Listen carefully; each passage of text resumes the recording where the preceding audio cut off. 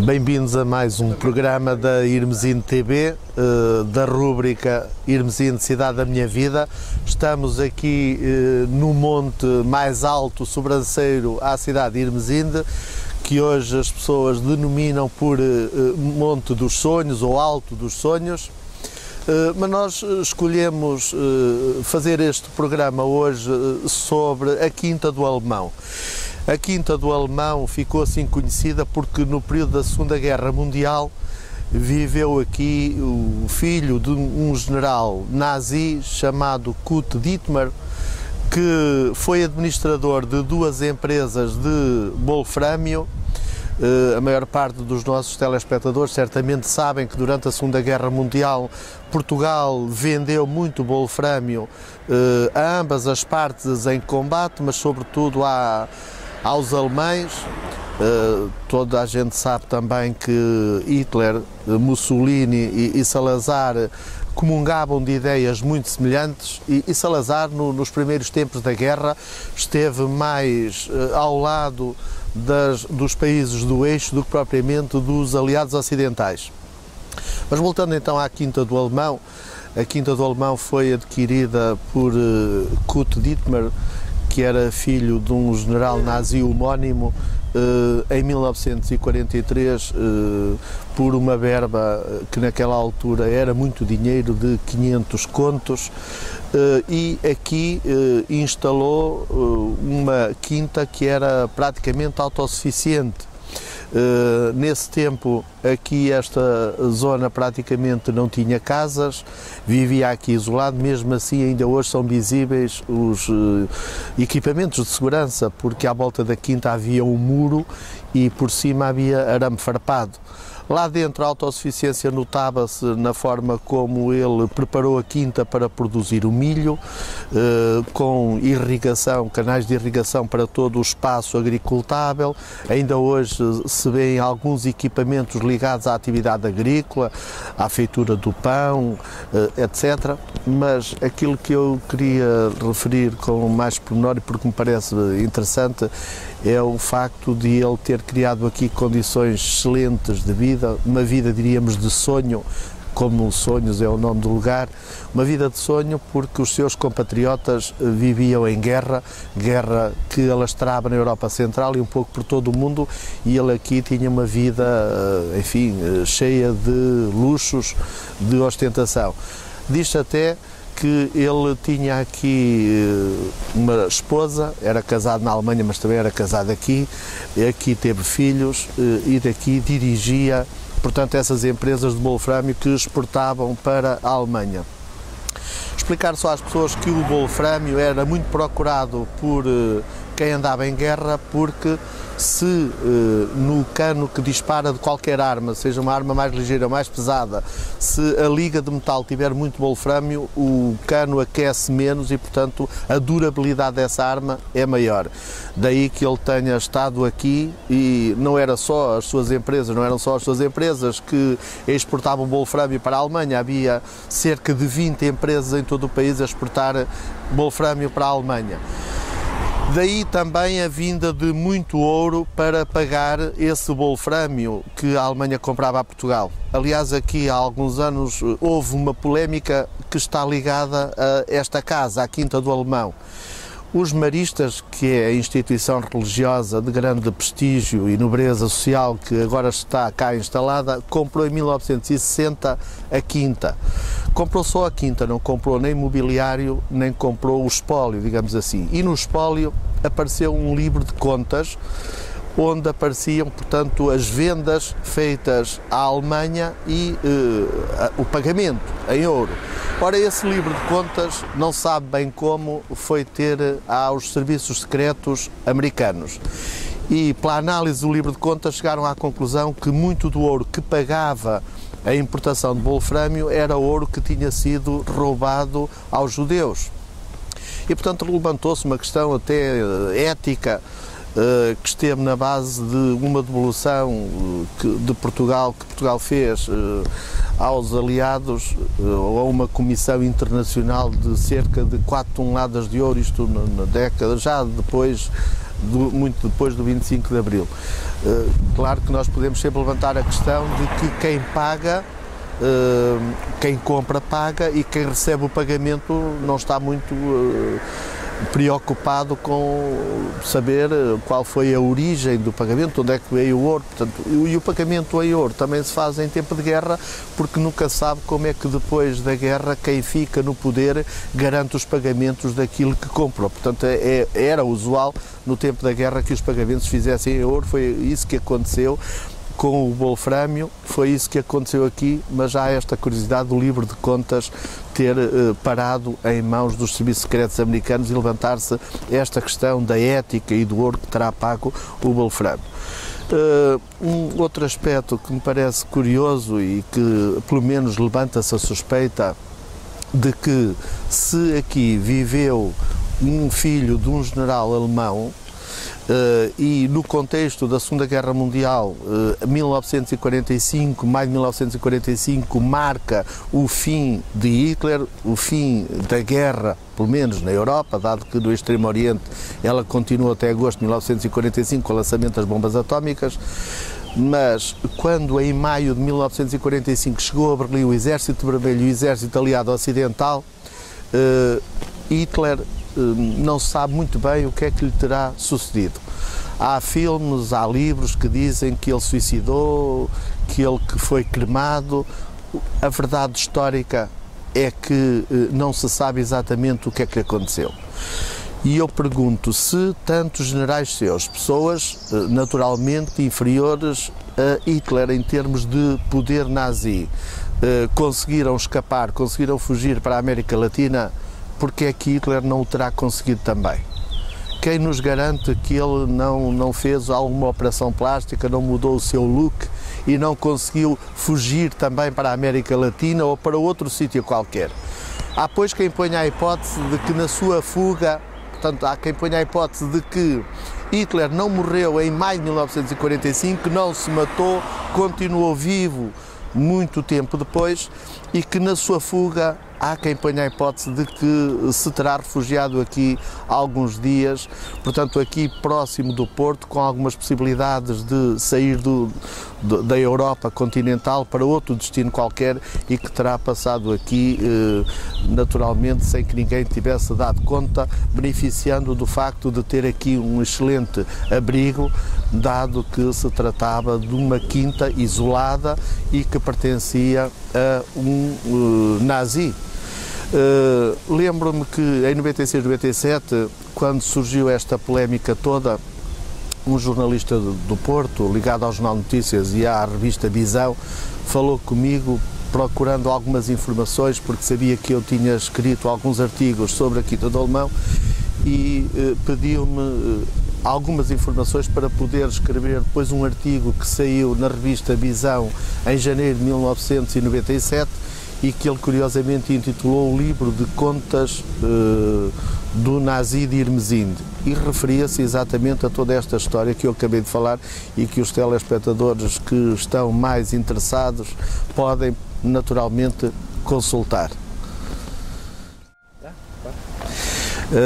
Tenho ao meu lado direito o Dr. Jacinto Soares, uma pessoa bem conhecida no meio irmesindense. Ele é natural de Irmesinde, é uma pessoa que hoje está aposentada, foi professor de História durante muitos anos e, portanto, a maior parte dos espectadores conhece bem esta cara.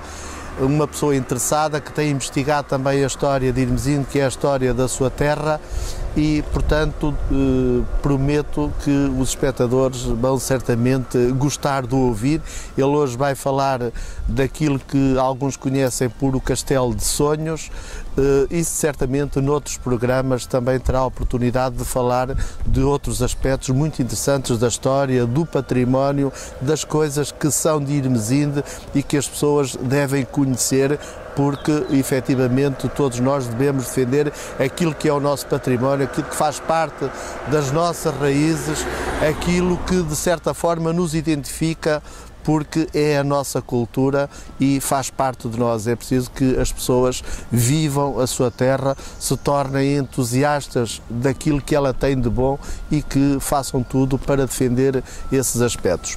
Queria só uma última palavra aqui da Quinta do Alemão para dizer ou para reforçar a existência desta instituição que são os maristas de Irmesinde, que dedicam a sua vida a proteger, a educar aquelas crianças do sexo masculino que ou são órfãos, ou foram abandonados, ou são maltratados pelos seus familiares. Este tipo de instituições, e Irmesinde felizmente tem várias, são muito importantes numa sociedade que pugna pelos direitos humanos. Portanto, uma palavra de elogio para os maristas que muito têm feito por um conjunto alargado de crianças, sobretudo entre os 7 e os 12 anos. Em primeiro lugar, queria agradecer ao Dr. Dias pelo convite que me fez. Sinceramente, não conhecia este órgão televisivo, a Irmesinde TV, e, portanto, pela amizade que nos une e até pela confiança de ambos sermos ligados à história e, portanto, percebermos um bocadinho destes problemas que surgem à volta de Irmesinde e, sobretudo, a história da nossa terra, que o Dr. Dias também tem, apesar de não ser natural daqui, tem dedicado muito mais que muitos naturais. Por outro lado, também queria agradecer à Irmesinde TV o convite, que é sempre agradável, para eu poder falar daquilo que gosto, que é a minha terra. Quase que me apetecia dizer, agora que estou aqui neste momento, neste lugar, do qual guardo imensas recordações do passado, que passados 50 anos, como Napoleão que disse: do alto destas pirâmides 40 séculos contemplam. Eu aqui quase que me apetece dizer, do alto deste monte 50 anos nos contemplam, porque estes locais foram locais por onde eu passei quando era jovem, quando era aluno da escola primária, e conheço este local muito bem, sobretudo esta linha de Comiada, que se estende desde Sonhos até aqui, até à Serra da Mulher Morta, que é aquele monte que se vê lá ao fundo e que separa Balongo de Vaguinho, o chamado monte a Serra da Mulher Morta. Ora, aqui nesta linha de Comiada é uma zona muito rica para quem não conhece bem Irmesinde. Aqui estamos mesmo dentro da cidade, estamos no extremo da cidade de Irmesinde, porque há muitas coisas dignas de ser vistas, dignas de ser analisadas. Olhando em frente, por exemplo, temos ali os célebres e muito falados, e muito discutidos e abandonados conglomerados e leques aluviais. São vestígios geológicos com mais de 250 milhões de anos que deviam ser preservados. Aliás, houve um movimento muito grande, encabeçado na altura pela Voz de Irmesinde, para que esses fossem preservados, e continuam ao abandono, antes pelo contrário, à volta deles andam a fazer escavações e possivelmente poderá acontecer que daqui por uns anos eles já não existam. Portanto, ainda bem que a Irmesinde TV faz este programa, ainda bem que a Irmesinde TV vai realmente guardar essa memória para as gerações vindouras, porque, sinceramente, tenho um pouco de receio que tal não aconteça.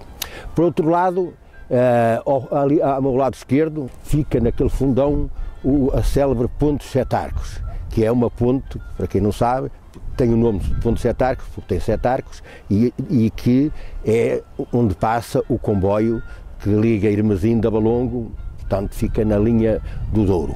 Ao fundo podemos ver todo aquele casario das freguesias que vão daqui até Matosinhos, até Lessa, e vê-se em dias limpos perfeitamente o mar. Mas hoje não estamos aqui, já foi só uma pequena abordagem para falar dos conglomerados, dos leques aluviais e até de alguns fósseis, ou até dos poços negros por aqui existiam, mas unicamente para falar, porque foi isso que me foi pedido, sobre a Torre de Vigia de Sonhos. A Torre de Vigia de Sonhos, que se vê lá ao fundo, junto daquele poste, nunca foi identificada praticamente por ninguém, ou durante muito tempo, como a Torre de Vigia. Era conhecida pelo Castelo Sonhos, o Castelo de Alemão, o Miranda de Sousa. Todos esses nomes advêm de proprietários desta zona.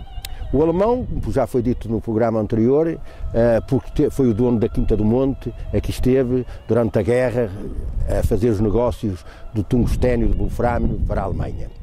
Miranda de Sonhos, porque talvez por conotação, porque há um outro castelo de um indivíduo de Irmesinde, que esteve, um homem muito importante de Irmesinde, que esteve ligado à implantação da República em Balongo.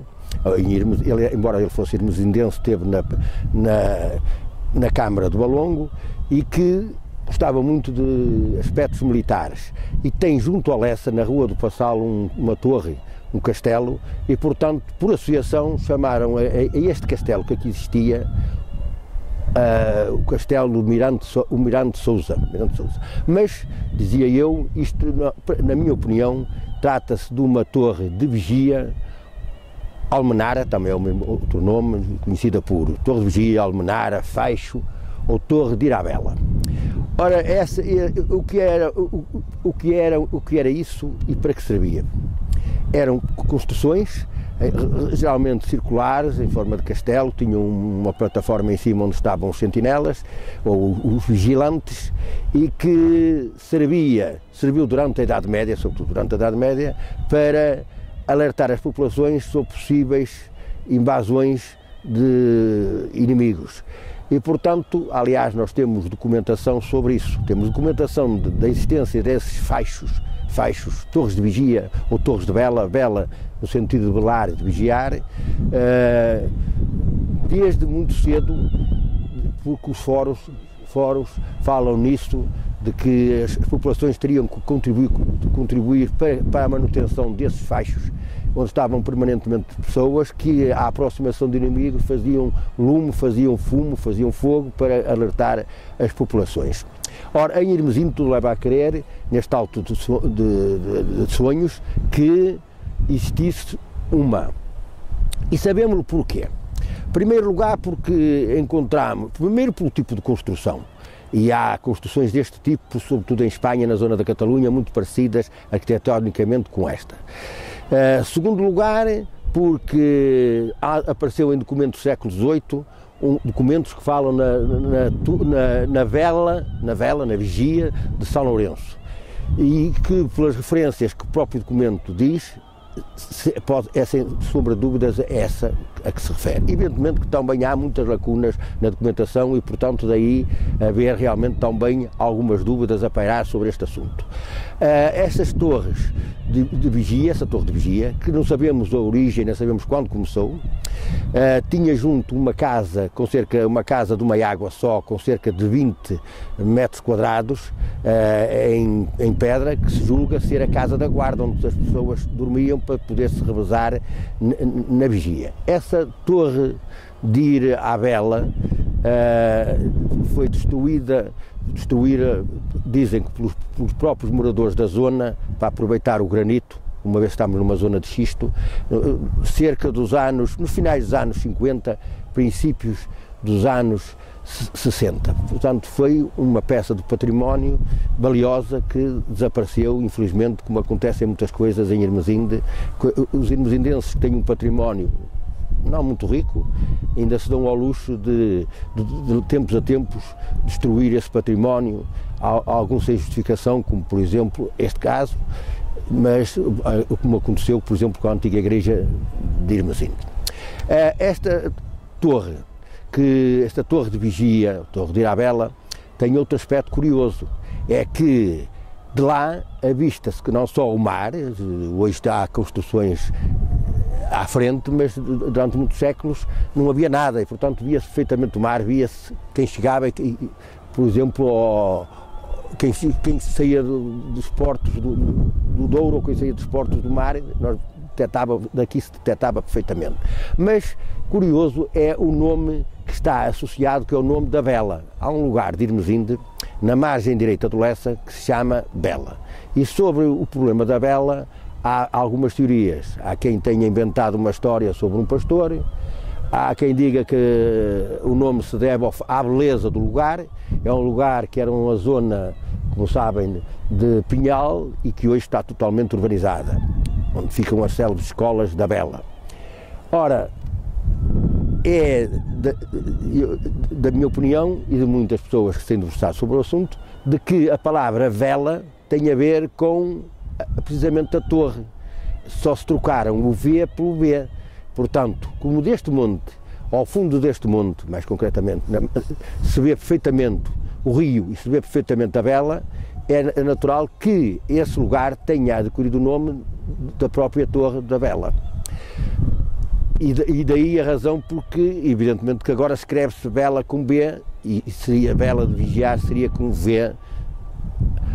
Um aspecto também que me lembro agora, que acho que é importante os telespectadores saberem, é que durante muitos anos as escolas primárias faziam visitas a esta zona e sobretudo ao castelo.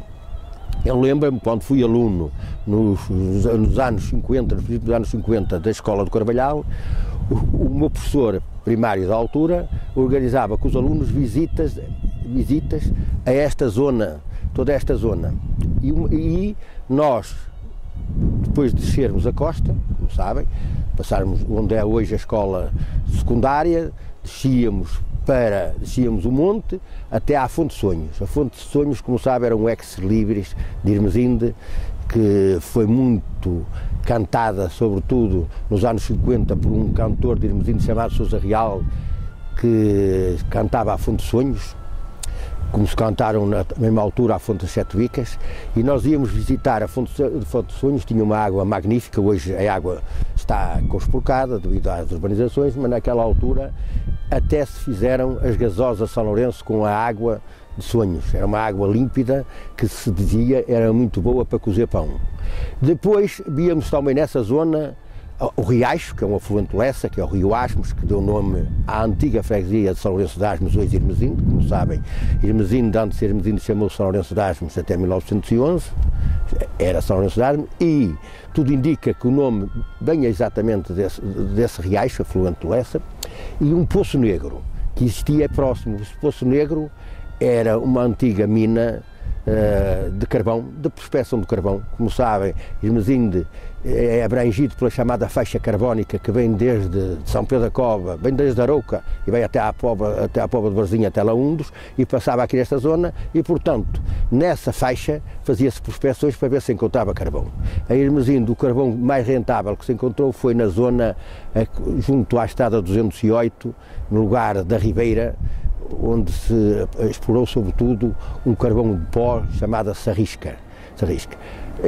Mesmo aqui no Montes da Costa existia um outro Poço Negro, como existia um perto do tal castelo, na Quinta do Alemão, que mais tarde foi aproveitado para a exploração de água. Mas dizia eu, continuando o raciocínio anterior, que vínhamos da escola primária, o grupo de alunos, visitar a Fonte de Sonhos, visitar o Poço Negro. O Poço Negro era o nome que o povo dava àqueles vestígios da exploração mineira, porque ficava preto devido à cor do carvão e que criava cobras e que era imensamente perigoso, portanto muitos deles estavam vedados com madeira. Depois subíamos e íamos ao castelo. Íamos ao castelo e nós gostávamos imenso de estar no castelo, porque esta zona sempre toda esta zona sempre teve uma grande atração sobre a juventude, nomeadamente nos anos 60, nos anos 60, porque aqui havia encontro de gerações e de jovens das freguesias, porque aqui é um ponto de ligação das três freguesias, Irmesinde, Alfena e Valongo, sobretudo ali na junta da Ponte Sete Arcos, as três freguesias confluem umas com as outras. E, portanto, aqui apareciam os jovens das três freguesias e fazíamos aqui guerras de índios. Portanto, que era uma brincadeira, chamamos assim, muito em voga naquela altura.